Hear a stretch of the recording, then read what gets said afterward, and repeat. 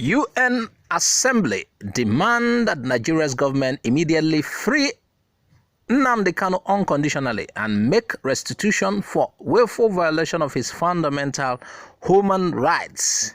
That is the news. Now let's start first with reactions before we get to the main story. Let's see reactions. Rabiu Ibrahim wrote, he said, tell the UN to first tell Russia to stop war before telling federal government to release Nnamdi Kanu. Okay. Another one by Stephen James wrote, nonsense.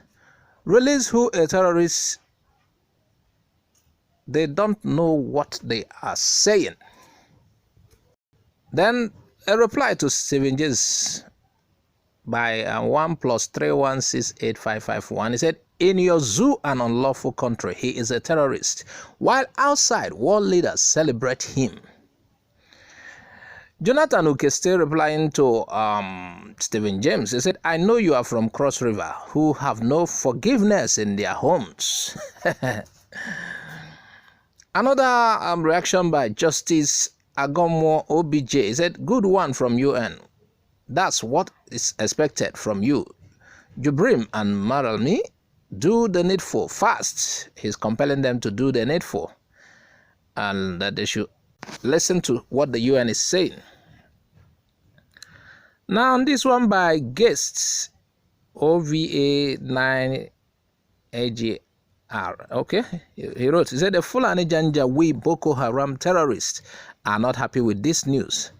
Anyone saying that this news is fake, then know that that person is a terrorist.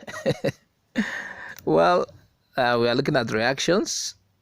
This one by Mike Umeji. He said, if you like abuse Biafrans, shout, cry till 2023. Biafran nation shall be restored. And this one by TC King. He wrote, adhere to recommendation and release him because he is not the Nigeria problem. I remember how Pope John Paul, was it the second, came to Nigeria and asked Abacha to release Abiola. Abacha was like, oh, I won't. Abacha refused to. Before you know it, what happened to Abacha? I also advise the federal government to adhere to UN's warning. Release Mazi Nnamdi Kanu. Mazi Nnamdi Kanu is a freedom fighter. Meanwhile, let's look at other reactions. This one by Tony OZ. He said, this is the year of the rising sun. Now, one Chinwike Meze, he wrote, UN should stop the war in Ukraine. Nnamdi Kanu has no business being in prison, whereas people like Nasiru El-Rufai, Abubakar Malami, Isa Pantami, etc. walk free around Nigeria. It is a misnomer to call Nnamdi Kanu a terrorist. He is a redeemer of the people of Nigeria. I thought you would say he's the redeemer of Biafra. Okay, is Nnamdi Kanu planning to liberate all Nigerians? Meanwhile, I usually hear pro-Biafran people say the greatest miracle that will happen to black man is Biafra. That Biafra will lead the black men. What do you think? This one by one John Oyiga. He said, this is very welcome development. Big thanks to UN for taking this step of justice. And this one by Chudi Charles. He said, Buhari and his cabal will not honor the UN directive as they will claim UN is interfering in their internal democracy. Only serious economic sanction will bring Buhari and his cabal on their knees. UN should, as a matter of urgency, grant Biafra interim recognition. I agree with this submission too, just like several others. Definitely, Nigeria will start saying UN is interfering with our business, our internal business in our country. They should stop. And who even made you a country? Who merged you? Who joined you with the southern part of the country?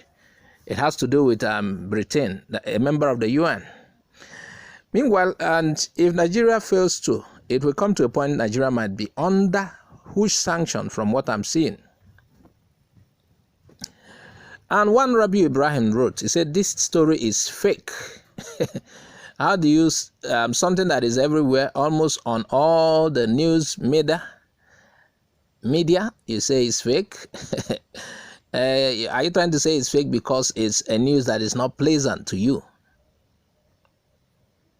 Now, this one by Otuedashe, he wrote, when Kanu was initially arrested, we thought US or Britain or Israel was going to invade Nigeria due to IPOB propaganda.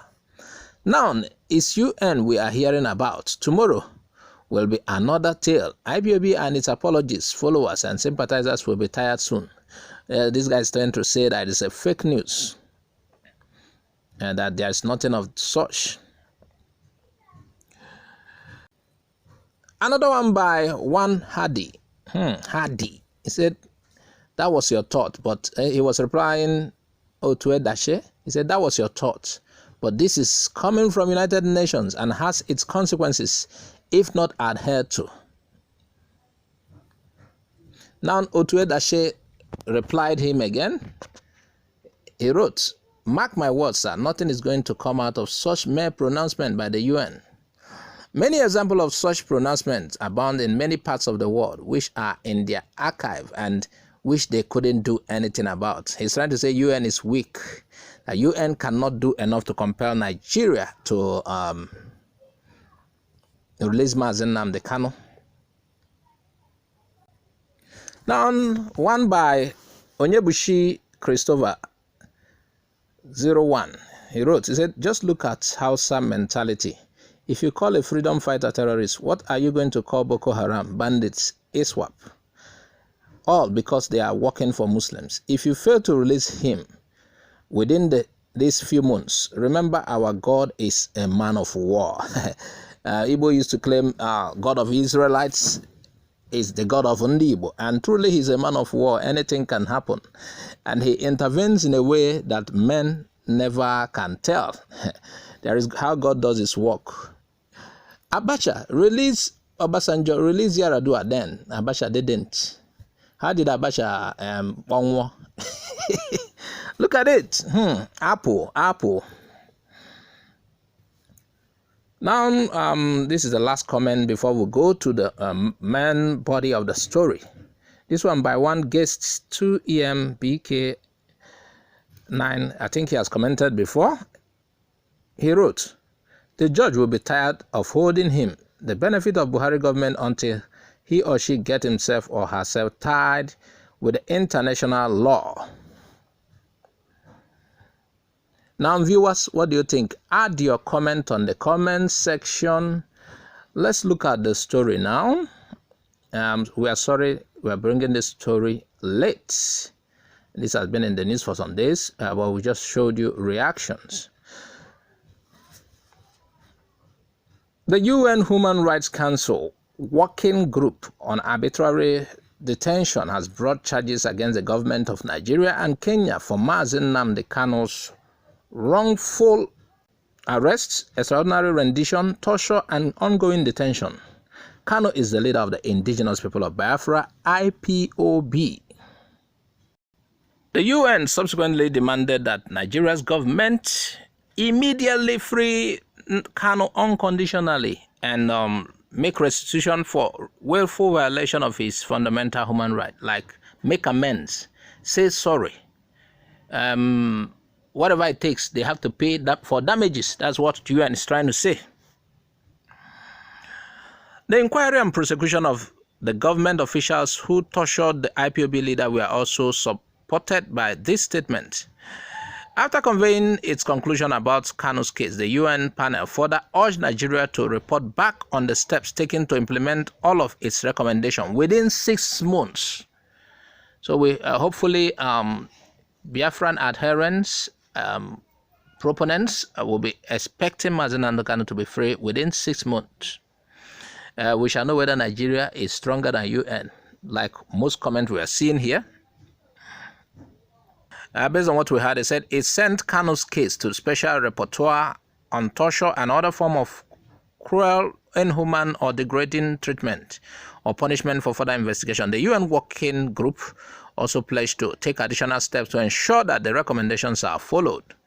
pointing out that both Kenya and Nigeria have signed the convention and should follow suit. He's trying to say it's like we are part of an agreement, and this is what this agreement stands for. So you have to abide by it.